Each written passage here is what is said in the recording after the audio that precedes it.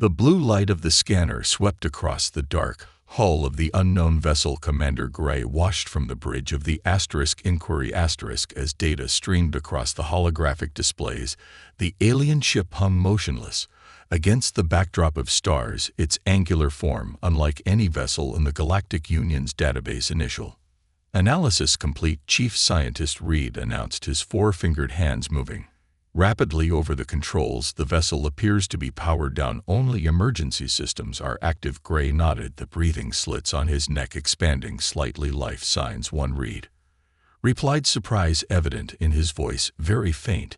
It appears to be in some kind of stasis. The bridge fell silent. First contact with a new species was rare enough, but finding a lone survivor made the situation both delicate and potentially dangerous. Origin? Gray asked. Smith, the xenobiologist, stepped forward. Her scaled skin reflected the soft light of the bridge as she studied the readings based on the radiation signature and material composition. The vessel comes from the third planet of a yellow star system, approximately 30 light-years from here. The inhabitants call themselves humans, and their planet Earth. Gray had never heard of them. The Union had charted thousands of star systems, but this region remained largely unexplored. Are they members of any known alliance? No, Smith replied. They appear to be isolated. And she hesitated. Primitive. Reed snorted, a sign of derision among his kind. Look at their propulsion system, chemical rockets with basic ion thrusters. Their navigation relies on manual calculations backed by simple computers. I'm surprised they made it this far without destroying themselves. Gray moved closer to the view screen, studying the vessel's design. It was blocky and functional, lacking the smooth organic curves of Union ships. The hull was heavily reinforced with metal alloys rather than the energy-dispersing materials used throughout the galaxy. What's this? Gray pointed to several protrusions along the ship's flanks. Reed's eyes narrowed as he enhanced the image weapon systems, projectile launchers and energy weapons. Very crude. A warship, then, Gray said quietly. The word hung in the air. Most spacefaring civilizations abandoned warfare shortly after achieving faster-than-light travel, recognizing that cooperation yielded greater benefits than conflict. A species that built warships for interstellar travel was unusual and concerning. The Union Council will want a full report. Gray decided. Prepare a boarding team. I want to know everything about these humans and why they're sending armed vessels into space. Hours later, Gray led the boarding party through the airlock connecting the two ships. The human vessel's interior was cramped and utilitarian. Exposed pipes and conduits lined the walls, and the air smelled of metal and strange chemicals. Their life support is failing, Smith observed, checking her scanner. The survivor won't last much longer without intervention. They moved deeper into the ship, documenting everything. The control rooms featured physical buttons and switches. Instead of mural interfaces, manual override systems, parallel digital ones. Redundancies existed everywhere. Inefficient design. Reed muttered, why have backup systems? For the backup systems. Gray didn't answer. Something about the ship's layout bothered him. It was designed to continue functioning even after taking significant damage. They found the ship's database and Smith connected a translation matrix. It's called the U*Defiant*. She announced, a scout vessel from something called the United Earth Space Force Military. Reed concluded as expected. The ship's logs revealed it had been mapping star systems when a reactor malfunction forced most of the crew to evacuate in escape pods. They continued toward the life sign and found a sealed chamber near the ship's core. Inside, a transparent pod contained a motionless figure. The being inside looked bizarrely vulnerable. Soft skin, no natural armor, dull teeth. Its chest rose and fell almost imperceptibly. So this is a human, Gray said, studying the unconscious alien. According to the nearby console, it was Lieutenant Miller, the ship's weapons officer, who had stayed behind to maintain the distressed beacon, while the others escaped. We should bring it back to the *inquiry* for treatment, Smith suggested. Gray agreed, though uneasiness settled in his stomach. The Union Council might consider this primitive species harmless, but Gray had seen enough of their ship to feel otherwise. These humans built for war among the stars, and that alone made them Different from any species the Union had encountered before, as they carefully transported the human to their ship, Gray couldn't shake the feeling that this discovery would change everything. The boarding team moved through the narrow corridors of the human vessel with careful steps. Gray led the way, his scanner tracking the ship's layout. The air inside was stale and cold, with a metallic taste that clung to their breathing filters. "Look at these controls," Reed said, running his hand along a row of physical switches. "They use manual interfaces for everything, no neural links, no thought command." Smith examined a nearby panel. "It seems they prefer direct manipulation. Perhaps their brains lack the capacity for tech integration." Gray said nothing as he studied a sealed door marked with red symbols. "Their translation software decoded it. Weapons bay authorized. Personnel only." "Should we proceed?" asked one of the security officers. Gray nodded. "We need to understand their offensive capabilities." The door opened with a hiss, revealing a chamber filled with missiles and what appeared to be projectile weapons. Reed scanned them, his expression shifting from dismissal to mild surprise. "These are nuclear-tipped missiles. Primitive, but the yield is considerable." Smith moved to another section. "And these appear to be railguns. They use magnetic acceleration to fire solid projectiles at extreme velocities." Barbaric muttered. "They're still using kinetic impacts as weapons." Gray ran his fingers along the casing of one missile. "Effective, though a direct hit from this would even a Union vessel." They continued deeper into the ship, documenting the engineering bay, the bridge, and various other compartments. Everything was designed with functionality in mind, with redundant systems everywhere. Even the ship's computer had analog backups. "It's like they expect everything to fail." Reed noted. "Why waste resources building 3 ways to do the same task?" Gray was beginning to suspect the answer, but kept his thoughts to himself. They'd finally reached the cryo chamber where the lone human survivor rested, Lieutenant Miller. According to the nameplate, the human was smaller than Gray had expected, with pale skin and dark hair, no visible armored plating, no claws, nothing that would mark it as a natural predator. "Let's bring it to the inquiry.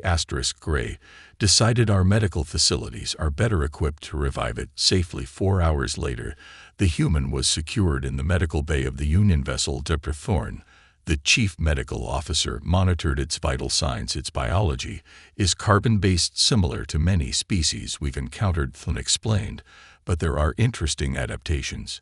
Its skeletal structure is denser than expected for its gravity environment. The muscle tissue shows signs of higher endurance than strength." "Can you wake it?" Gray asked. Thorne adjusted some settings. "The cryostasis is already reversing it. Should regain consciousness soon." The team waited as the human's vital signs strengthened. Suddenly its eyes opened, white orbs with colored centers that darted around the room before fixing on Gray. The human's reaction was immediate. It tried to sit up, only to be restrained by the medical monitoring equipment. "Where am I?" it demanded in a horror voice, the translation system catching and converting its speech. "Who are you?" Gray stepped forward. "I am Commander Gray of the Galactic Union research vessel inquiry. We found your ship adrift and brought you aboard for medical treatment. You are Lieutenant Miller of the UE's defiant correct." The human stared, blinking rapidly. "Your aliens." It wasn't a question. "Yes," Gray confirmed. "Your ship was damaged. You were the only survivor. We found the escape pods," Miller said, struggling to fully awaken. "Did you find them?" "My crew. We detected no other vessels in the area," Smith said gently. "How many escaped?" 23, Miller replied, slumping back. "The reactor was going critical. I stayed to maintain the distressed beacon while they launched." The human closed its eyes briefly. "They should have reached the rendezvous point by now." Gray exchanged glances with his team. "The escape pods would have been easy targets for scavengers or hostile species. We will search for them," Gray promised, though he knew the chances were slim. "In the meantime, rest. When you're stronger, we have many questions about your species." Miller's eyes hardened slightly. "I bet you do. And I have plenty for you, too." As they left the medical bay, Reed whispered to Gray, "It seems quite alert for a primitive species." Gray nodded slowly. Something told him they had greatly underestimated these humans, and he was beginning to think that might be a dangerous mistake. 3 days passed before Miller was strong enough to walk around the inquiry. Gray assigned Smith to guide the human through the ship partly out of scientific curiosity and partly to observe its reactions to advanced technology or medical science is impressive, Miller said, flexing his fingers. I feel better than I did before the accident. Smith nodded. We repaired some minor cellular damage from your cryosleep. Your species heals quite rapidly. They entered the observation deck, a vast chamber with transparent walls that revealed the stars beyond. The human ship floated nearby, looking small and crude, next to the elegant curves of the Union vessel. Miller stared at the defiant for a long moment. Have you been inside her? Yes, Smith replied. We've been studying your technology. A slight smile touched Miller's lips. And what do you think of our primitive ship? Smith hesitated, choosing her words carefully. We find some of your design choices unusual. Your systems lack the integration and efficiency we would expect. Efficiency isn't everything, Miller said, turning to face the vast starfields. Sometimes redundancy is more important than elegance. Gray entered the observation deck, carrying a data pad. Lieutenant Miller, I hope you're recovering well. The human Ed, thanks to your doctors. Have you had any luck finding the escape pods we dispatch scout ships to search the likely trajectories? Gray said, not mentioning that they had already found debris from at least 2 pods in the meantime. I was hoping you might help us understand some aspects of your vessel. Miller's expression grew guarded. What aspects? Your weapon systems, for one, Gray said. Directly, your ship carries enough firepower to destroy a small moon. Why would a scout vessel need such armaments? The human's face hardened. The universe is a dangerous place, Commander. We learned that lesson the hard way. You've encountered hostile species. Miller looked away. Let's just say Earth doesn't send unarmed ships into the unknown anymore. Not after what happened to our first explorers. Gray felt a chill. Who attacked your people? We don't know their name. We just call them the swarm. They destroyed our first 3 colony ships before we even knew they existed. Miller's voice grew quiet. 12,000 people, families, children. Smith's scales rippled in distress. I'm sorry, Miller shrugged, the casual gesture at odds with the pain in his eyes. It was 15 years ago. Now every ship we send out is armed, even scientific vessels. The defiant was mapping star systems. But she could fight if needed. Gray studied the human with new understanding. Their weapon systems weren't signs of aggression, but of caution born from tragedy. Would you be willing to show us how some of your systems work? Gray asked. Our scientists are particularly interested in your reactor design. Miller laughed suddenly, the sound startling in its warmth. Your scientists think our tech is primitive, don't they? Gray started to deny it, but the human waved him off. It's fine by your standards, we probably are. But I'll help you understand our systems if you'll teach me about yours. Fair exchange, Gray agreed. And over the next few days, Miller worked closely with the Union scientists. The human proved to be remarkably intelligent, grasping complex concepts quickly and offering insights into his own technology that surprised even Reed. Their reactor isn't as inefficient as we thought, Reed admitted to Gray. After one session, it's designed to keep functioning. Even after taking significant damage, they sacrifice some energy output for durability. A wartime design, Gray noted. Reed nodded. Reluctantly, yes, but clever in its way, and their computer systems are completely isolated from one another, makes them immune to the kind of system-wide failures our integrated networks can suffer. Miller also spent time in the ship's archives, learning about the Galactic Union and its members. Species. Gray found him their late one cycle surrounded by holographic displays showing various star systems. Your Union covers an impressive territory, Miller said without looking up. 50 species all working together. We've only encountered 3 other intelligent species, and 2 of them tried to kill us. G settled into a seat across from the human. The Union was founded on principles of mutual benefit. War is inefficient. Millard finally looked up, his eyes reflecting the light of on virtual stars. Efficiency again. You know what humans learned, Commander. Sometimes the most important thing isn't being efficient, it's surviving when everything goes wrong. Gray considered this. Is that why you build ships that can still fly when half their systems are destroyed? Exactly, Miller said with a smile that didn't reach his eyes.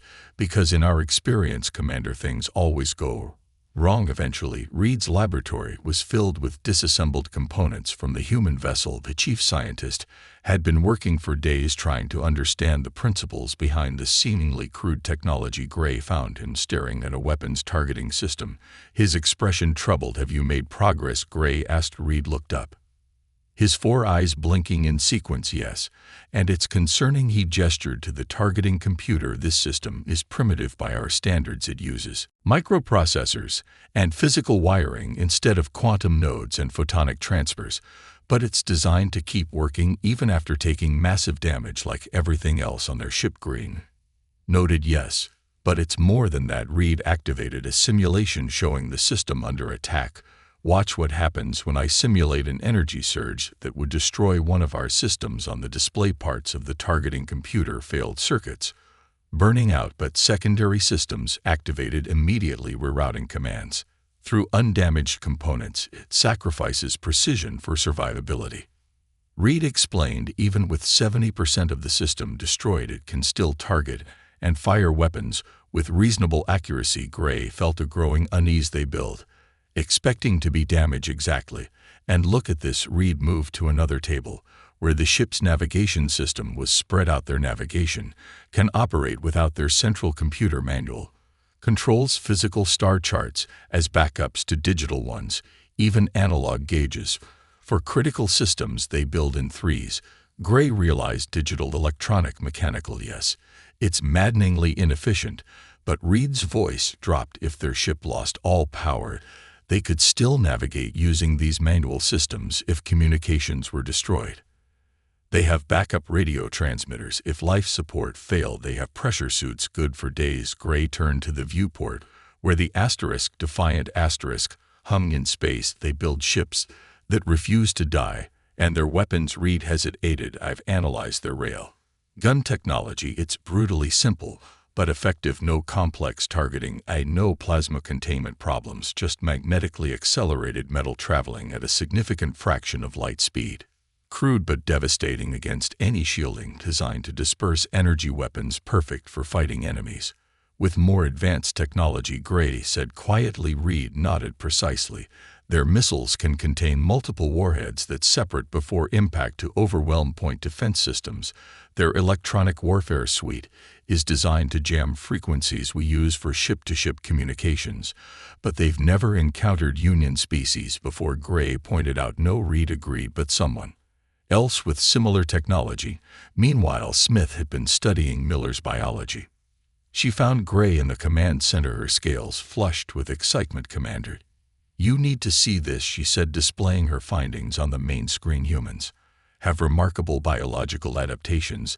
Their endocrine system can rapidly flood their bodies with chemicals that enhance strength and reaction time in dangerous situations." Gray studied the data of fight response. "Yes, but more control than in most species, and their psychology is equally adapted for conflict.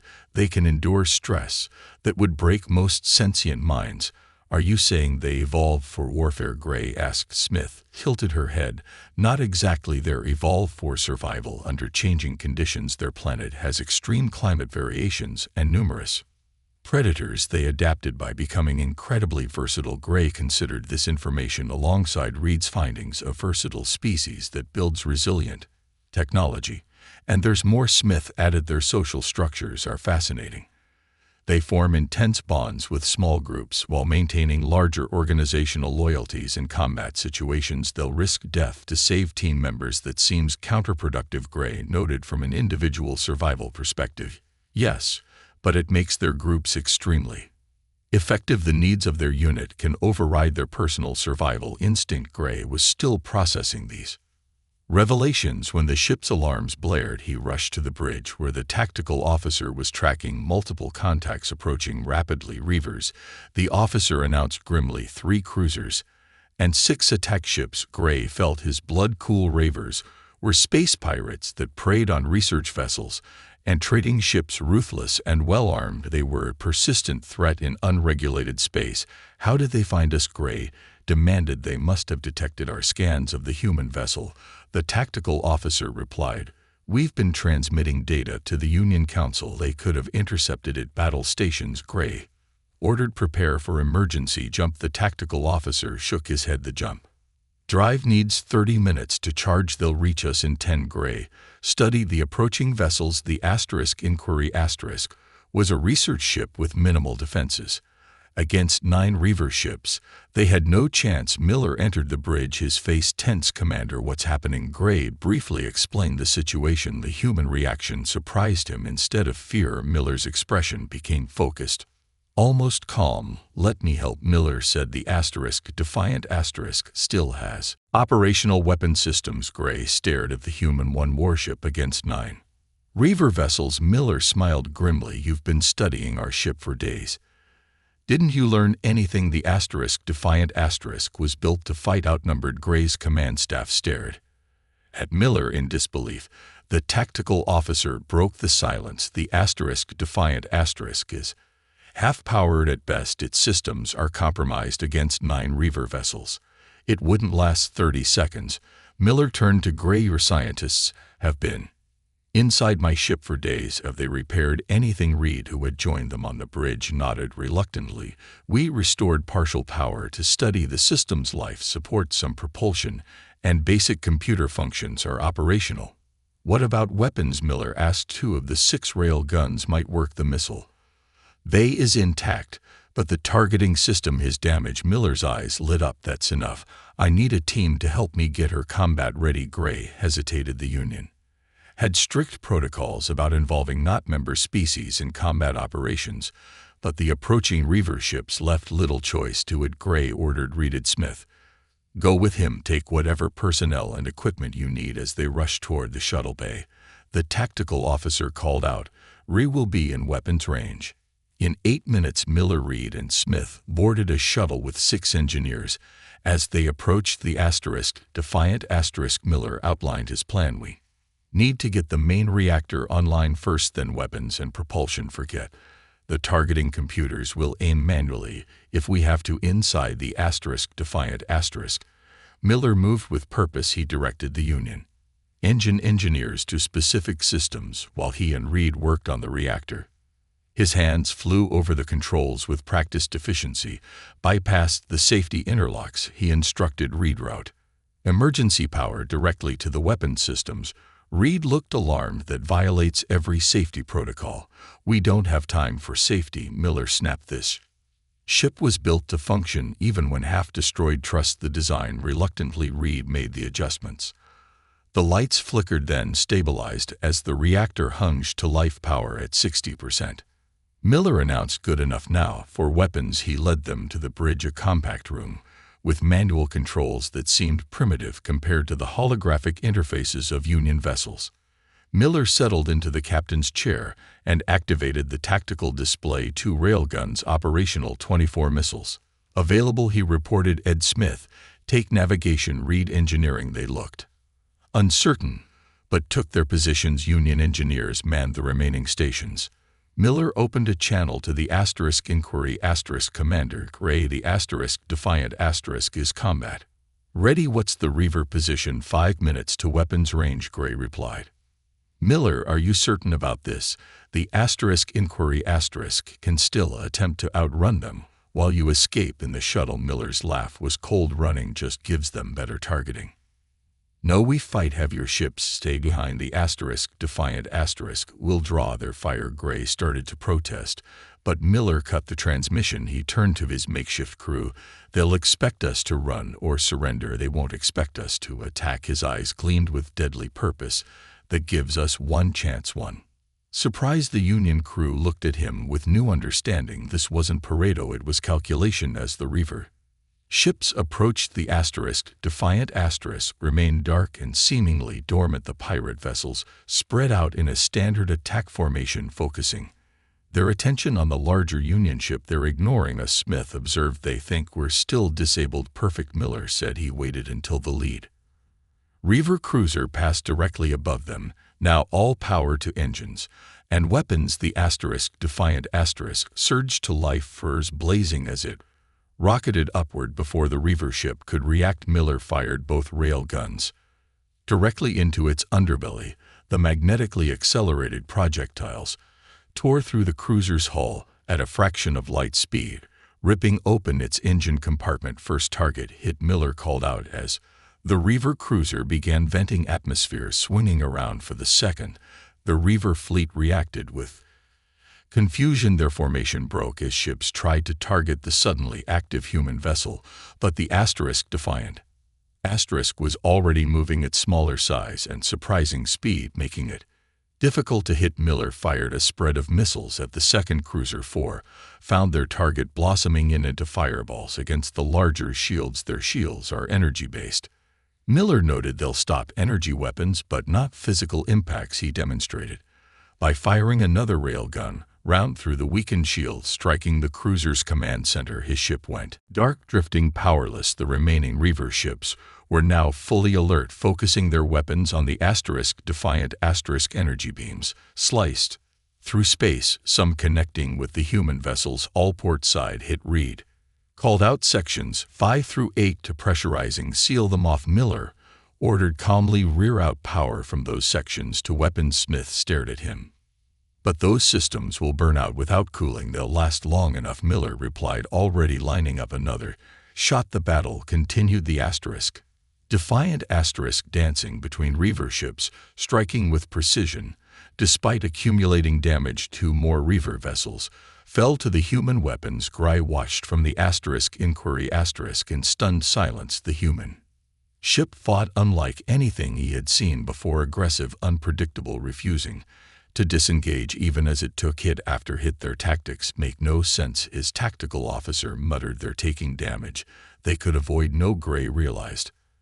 They're choosing which damage to take. Look, they're protecting their weapons and engines at the expense of other systems. Another explosion lit up space as a Reaver attack ship disintegrated under the Defiant's assault, but the human vessel was showing signs of severe damage. A toll breached in multiple places, venting atmosphere and debris. Gray opened a channel. Miller, your ship is critically damaged. Fall back and let us cover you. Miller's voice came back, strained but determined.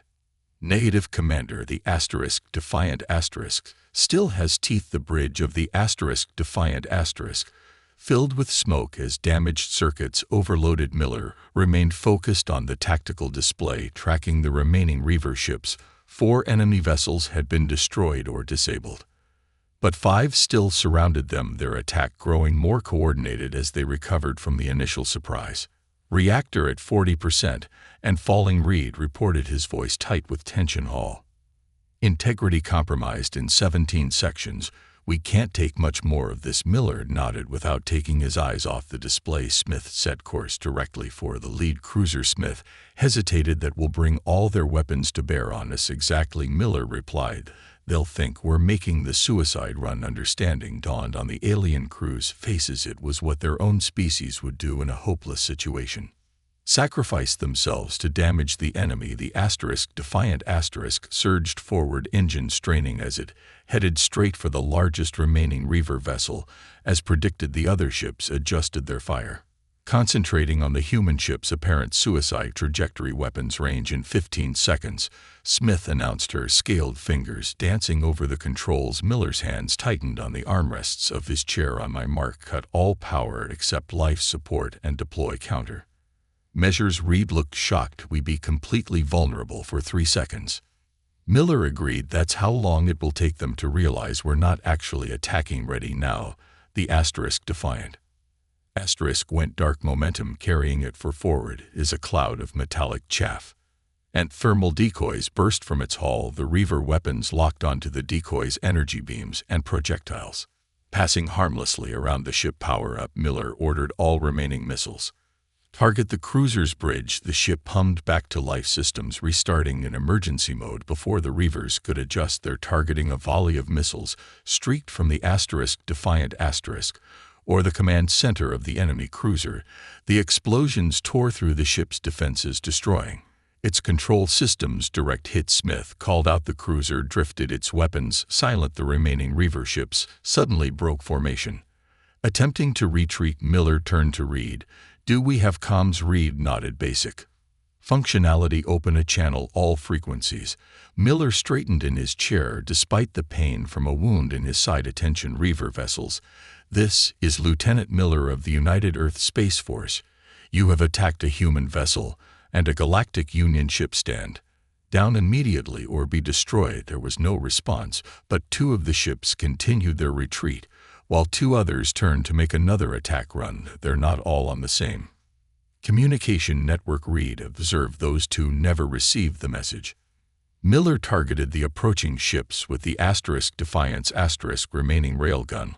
Last warning, he broadcast again, then fired. The projectile tore through the first ship, destroying its engines in a spectacular explosion. The second ship immediately changed course, joining the retreat.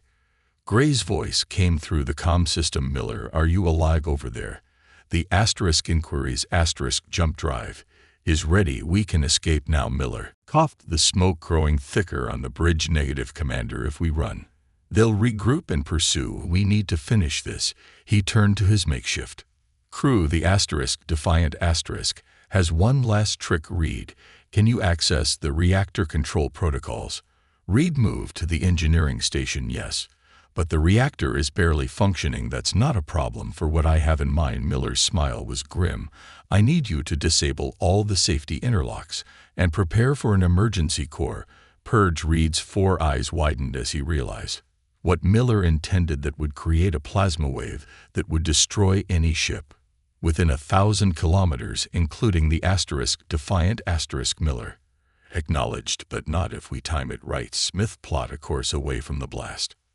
Radius maximum acceleration. On my mark. He opened a channel to the Inquiry. Commander Gray, move your ship to these coordinates immediately. He transmitted a set of navigation points. Don't argue, just do it. You have 2 minutes. Gray must have sensed the urgency in Miller's voice, because he simply responded, understood. Be careful. Miller, as the Union ship moved to safety, Miller finalized his plan. Reed disabled the reactor safeties while Smith prepared their escape trajectory. Reactor ready for purge. Reed reported, his voice unsteady. But Miller, we won't have enough power to outrun the blast after we initiate it. We'll have enough. Miller insisted this ship was built to survive. The remaining Reaver vessels had regrouped and were cautiously approaching, clearly suspicious of the damaged human ship's continued resistance. They're moving into position, Smith announced, all 3 coming in together this time. Miller watched the tactical display, waiting for the perfect moment. When the Reaver ships formed a tight attack formation, he gave the order. Initiate reactor purge, full power to engines. Reed pressed the sequence, and deep within the Defiant the damaged reactor released its plasma containment. Superheated material flooded the emergency channels directed toward the exterior vents. The Defiance engines fired with their remaining power, pushing the ship away from the imminent explosion. Behind them, a miniature sun bloomed in space as the reactor plasma burst into the vacuum, expanding in a rapidly growing sphere of energy and radiation. The wave caught the Reaver ships before they could react, engulfing them completely. Their shields, designed to block directed energy weapons, provided no protection against the omnidirectional plasma wave. One by one, they disintegrated in the intense heat on the Defiance bridge.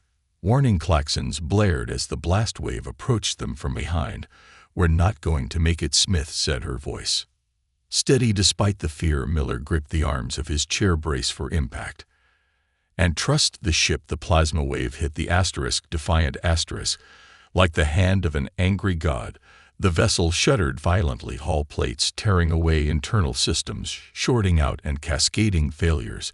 But the core of the ship, the reinforced central sections containing the bridge and engineering, held together in the chaos. Miller was thrown from his chair, striking his head against a console. His last conscious thought was that humans and aliens weren't so different after all. Both would fight to protect their own, but humans had learned one lesson: the Union species hadn't yet needed to how to keep fighting when and everything went wrong. Miller awoke in the medical bay of the Inquiry surrounded by beeping monitors. His body ached, but the pain was distant, muted by medication. Commander Gray stood nearby, talking quietly with Dirty Thorn.